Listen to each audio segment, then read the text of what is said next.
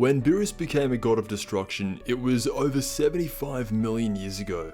Back in the day, he might have been a hard-working, disciplined god, but 75 million years in the future, Beerus is just up on his planet, not caring about anything, and actually looks really bored for most of the time. He may be the strongest in Universe 7 right now, but there are lots of guys closing the gap, Goku and Vegeta being the two most notable. Beerus eventually being challenged, or even replaced, has been an idea all throughout Dragon Ball Super as more of his personality came out. To put it into perspective, all of the events in Dragon Ball Z could have been taken care by Beerus. Frieza, Cell and Boo all would have been child's play for him, however the reason he didn't was because he was asleep and not focused on being the god of destruction. If that doesn't show how lazy Beerus is, then nothing will. And for the most part, there have been zero consequences. Beerus is still to this day sitting up on his plane, not even trying to stop Moro. So today, there is a story that actually addresses this, going into the history of Universe 7's gods of destruction, 75 million years prior to Beerus. This is a whole fan animation movie trailer created by Thibault DeBoom for a Beerus movie. The amount of work and creativity getting put into this, coming from the creator of Dragon Ball Yamoshi, this goes into the days before Beerus was the god of destruction. So the whole thing starts out in this time crystal room that's showing events from the past, present and future events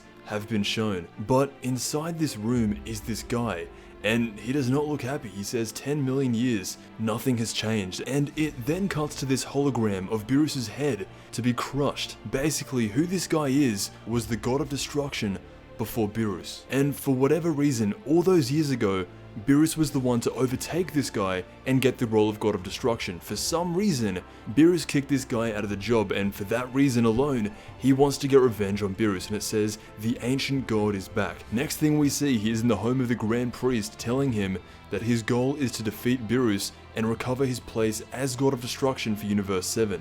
That's his goal. In this story, this guy is Beerus' predecessor, and he wants him gone, and is trying to convince the Grand Priest. It's pretty interesting that he's talking to the Grand Priest about this, and the Grand Priest isn't doing anything to stop him, almost like, okay, if you can take Beerus down, he's all yours, I'm not going to stop you. That's pretty much what it looks like the Grand Priest is doing, and the next thing we see, all of the Universe 7 fighters in the Tournament of Power are there, and they're all beaten down with scars and holding their arms. Even Broly is there. This presumably takes place a few years in the future, where Broly is now welcome on Earth, and not just that, but you can see adult Gotenks in the background, and Goku's wearing his blue gi. They're all there trying to stop this pre-God of Destruction guy, and he's taunting Universe 7. He says, this is the level of Universe 7?